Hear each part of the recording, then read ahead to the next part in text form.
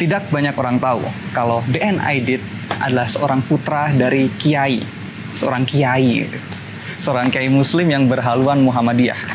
Dan nggak banyak juga orang tahu kalau DN Aidit itu adalah salah satu pemuda yang ikut turut serta menculik Soekarno-Hatta ke Rengas Dengklok. Dan saya sudah merangkum pada kalian fun fact tentang Aidit. Kita akan membahasnya semakin bawah semakin gila. Inilah fakta-fakta Dipa Nusantara. Fakta pertama, Aidit saat masih kecil, dia itu berbadan besar. Dan dia, karena seorang anak kiai, sering dijadikan muazin buat azan. Dan perlu diingat, dulu itu belum ada pengeras suara. Jadi suara Aidit itu menggelegar. Jadi pantas saja ketika sudah gede, dia menjadi orator yang ulung ya. Karena suaranya dari dulu emang keras. Fakta selanjutnya, ayah Aidit itu bernama Abdullah Aidit. Dia adalah seorang kiai seperti yang saya katakan tadi. Dia itu mendirikan organisasi pendidikan bernama Nurul Islam yang berorientasi ke Muhammadiyah. Terus fakta selanjutnya, sebelum berganti nama menjadi Dipa Nusantara, yang artinya adalah Benteng Nusantara, DN Aidit bernama Ahmad Aidit. Ahmad. Nama yang Islam. Fakta selanjutnya, bersama Wikana dan Sukarni, Aidit terlibat dalam penculikan Soekarno ke Rengas Dengklok. Jadi dia itu tergabung dalam suatu grup bernama Menteng 31. Di sana ada Wikana, Sukarni, dan salah satunya adalah Aidit. Tidak jelas dia itu ikut ke Rengas Dengklok atau tidak, tapi yang jelas dia terlibat, entah dalam penyusunannya atau dalam perencanaannya. Tapi jelas dia terlibat. Usianya saat itu adalah 22 tahun. Waktu aku 22 tahun ngapain? Mencoba rokok untuk pertama kali. Aidit sudah melakukan pergerakan bersama pemuda-pemuda Menteng 31. Keren. Aidit juga terlibat peristiwa pemberontakan PKI Madiun. Saat itu usianya 25 tahun. Ya seusia saya lah. Lebih tua sedikit. Terus dia kabur, terus muncul lagi deh setelah PKI dilegalkan kembali. Selanjutnya, Aidit berasal dari Belitung. Dia merantau ke Jakarta untuk melanjutkan sekolah di Middleston Handel School atau MHS setara SMP. Dan fakta menariknya, dia tidak lulus. Tidak lulus MHS. Artinya Aidit sebagai seorang gembong partai, pemimpin tertinggi partai, hanya berijazah SD. Luar biasa. Pendapatku tentang ini ya tidak masalah. Karena apa sih? Ijazah itu hanya sebagai formalitas saja. Kalau bacaannya luas, wawasannya banyak, ya what's wrong with it gitu. Lulusan SD nggak masalah. Yang penting adalah ini. Lihat Rocky Gerung, dia cuma S1, tapi dia mengajar sampai doktor. Apalah arti sebuah ijazah, teman-teman? Selain untuk menyenangkan orang tua, untuk dijadikan story WA, tidak ada. Yang penting adalah ilmu dan wawasan. Oke.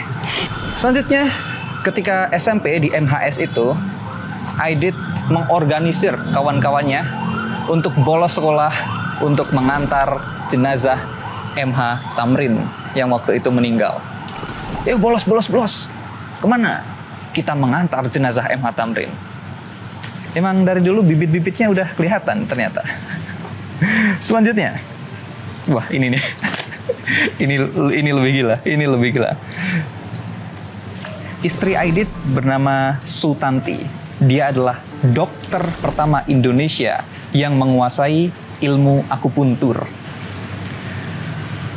Baru tahu kan? Ya, waktu aku baca ini juga wow. Dan fun fact selanjutnya tidak cukup sampai di situ. Fun fact selanjutnya, Sutanti ini sekolah dokter, biayanya dari mana? Salah satu orang yang membiayai Sutanti adalah Raden Mas Susalit, yaitu adalah anak satu-satunya R.A. Kartini yang cenderung dekat ke PKI. Ya, kalian bisa googling Raden Mas Susalit gitu. Terus lihat aliran-alirannya bagaimana.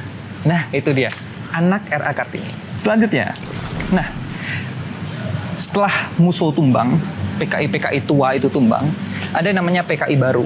Ada Trisula, 3 pemimpin utama atau 3 otak utama PKI yang baru. Pertama adalah DN Aidit jelas, kedua adalah Nyoto, dan ketiga adalah M.H. Lukman. Ketiga orang ini pernah mendapatkan tugas menerjemahkan Komunis Manifesto karya Friedrich Engels dan Karl Marx. Fakta selanjutnya ini mengenai ideologi ya teman-teman. Dari segi ideologi ya, Aidit itu lebih cenderung dekat dengan Cina ketimbang dengan Moskow. Jadi dia itu dekat sekali dengan Mao Zedong, sering berdiskusi, dia bertukar ide dengan Aidit dan Mao Zedong itu. Makanya ketika Aidit mati, Mao Zedong itu membuat puisi khusus untuk Aidit, mengenang kematian Aidit sahabatnya. Begini puisinya, akan saya bacakan. Puisi karya Mao Zedong untuk Aidit. Di jendela dingin berdiri ranting jarang, beraneka bunga di depan semarak riang. Apa hendak di akta kegembiraan tiada bertahan lama, di musim semi malah jatuh berguguran. Mao Zedong. Wah, keren juga ya. Nah, karena Mao Zedong ini juga berpuisi, itu juga menginspirasi Aidit juga untuk ikut terjun dalam dunia sastra, utamanya puisi. Jadi Aidit tuh pernah bikin puisi-puisi gitu, terus disetorkan ke Harian Rakyat, harian yang terafiliasi dengan PKI. Fun fact-nya, puisi Aidit pernah ditolak gitu. Seorang pemimpin partai menyetorkan karyanya ke koran yang dibawahi partai itu sendiri dan ditolak. Sungguh idealis. Karena memang ada yang mengatakan itu siapa namanya? Amarjan Lubis, wartawan yang dulu menolak puisi Aidit, usianya saat itu 23 tahun, mengatakan bahwa ya emang puisi Aidit itu jelek, tapi itu cuma satu dari sekian kasus. Ada beberapa puisi-puisi Aidit yang memang diterbitkan dan terdokumentasi dengan baik di Harian Rakyat. Saya akan membacakannya. Dan puisi-puisi Aidit itu lebih menonjolkan kegunaan atau utile daripada keindahan atau dulce. Jadi yang penting kegunaannya, indah-indah mah belakangan. Makanya puisi Aidit kalau dibaca itu memang mengagung-agungkan partai, proletar-proletar. Saya akan membacakan beberapa contoh puisi dari DN Aidit. Puisi berjudul Ziarah ke Makam Usani. Kawan demi kawan datang menziarahi makam Usani, wanita pejuang komunis, pembela setia buruh dan tani. Ia mati dalam mengabdi proletariat kesayangan sejati. Puisi satu tuh, salah satu puisinya. Komunis ada kata-kata proletar, nah itu dimasukkan tuh dalam puisi Aidit. Contoh kedua, puisi berjudul Tugas Partai. Pria dan wanita berbaris tegap menatap. Dua panji berdampingan, merah putih dan PKI. Melambai menghias angkasa. Derap langkah bersukaria. Maju, maju, maju terus menuju rapat perkasa PKI. PKI, anak zaman melahirkan zaman. Marxisme, Leninisme, api abadi. Kan? Kita cermati puisi-puisi itu. Ada Marxisme, Leninisme, proletar. Itu kan memasukkan unsur-unsur partai ke dalam sebuah karya puisi. Jadi keindahan itu ya belakangan aja lah. Yang penting membangkitkan semangat proletariat. Dan ini adalah salah satu fakta yang lebih mengejutkan lagi, bahwa Aidit melalui puisinya telah meramalkan kehancuran PKI itu sendiri. Dia dalam puisinya yang berjudul Sekarang Ia Sudah Dewasa, mengibaratkan PKI sebagai Antaius, anak Poseidon, dan Ibu Gaia. Beginilah potongan puisinya. Ia Antaius, anak Poseidon, yang setia pada bumi. Ia anak zaman yang akan melahirkan zaman. Sekarang ia sudah dewasa. Jadi bagaimana dia mengibaratkan Antaius dengan kehancuran partai itu sendiri? Dalam mitologi Yunani, Antaius adalah putra Poseidon atau dewa laut dengan ibu Gaia atau dewa bumi.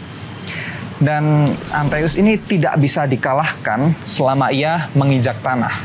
Jadi kalau di tanah terus dia nggak mungkin kalah. Suatu ketika terjadi pergulatan antara Antaeus dengan Hercules. Iya, pahlawan yang terkenal itu. Hercules tahu kelemahan Antaeus, jadi dia mengangkat Antaeus dari bumi dan menghancurkannya sampai berkeping-keping, dan untuk pertama kali Antaeus mengalami kekalahan. Karena apa? Karena dia diangkat dari bumi. Dia tahu rahasia kelemahan Antaeus. Jadi apa hubungannya dengan PKI? Antaeus itu ibarat PKI. Sementara Hercules adalah ibaratkan angkatan darat yang tahu titik kelemahannya PKI. Terus si angkatan darat berangus habis anggota-anggota PKI sampai akar-akarnya. Angkatan darat adalah Hercules. Dan untuk membahas ini lebih lanjut tentang puisi-puisi DN Aidit ini, saya sarankan kalian membaca artikel bagus banget berjudul DN Aidit Sastra dan Geliat Zamannya yang ditulis Yosep Yapi Taum. Linknya saya taruh di deskripsi ya. Sekarang kita akan lanjut ke peristiwa G30S. Setelah peristiwa G30S pecah, anggota Angkatan Darat yang bertugas untuk memburu Aidit adalah Kolonel Yasir Hadi Broto.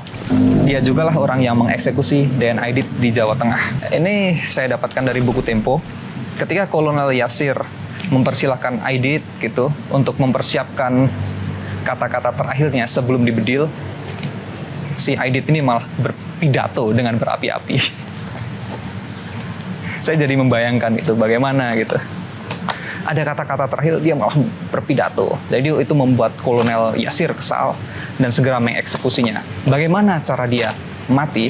Kata Kolonel Yasir, ya atau DN Aidit diberondong AK-47 sampai habis satu magasin.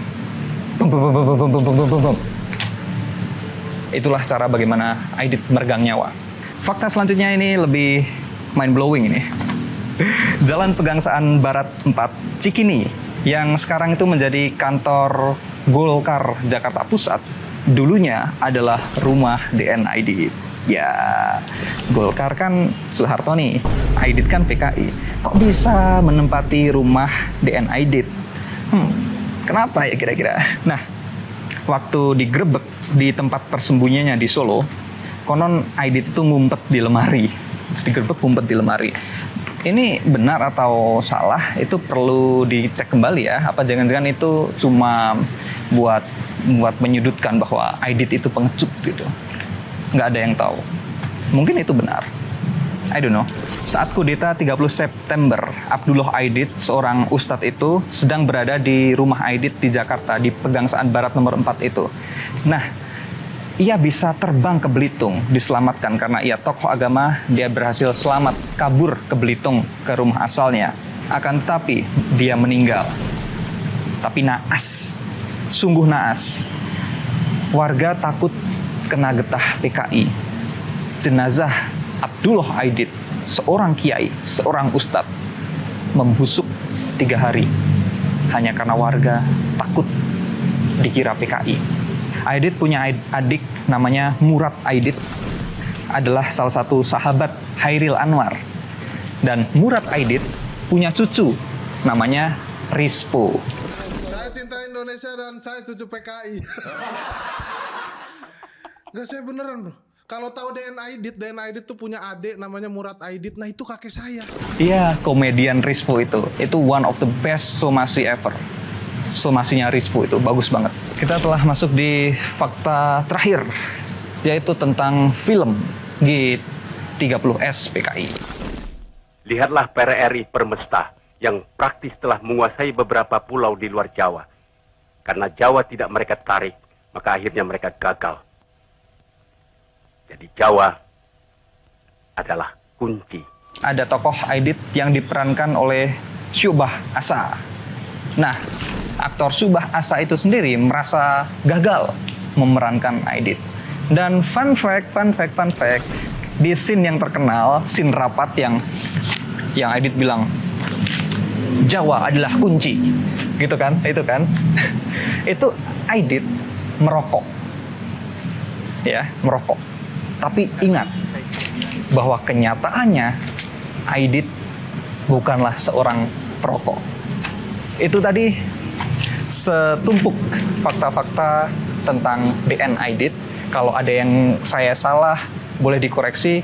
Kalau ada diskusi, mari kita diskusi di kolom komentar. Jangan lupa like, comment, and subscribe. Saya Alwi Johan. Sampai jumpa di fakta-fakta selanjutnya.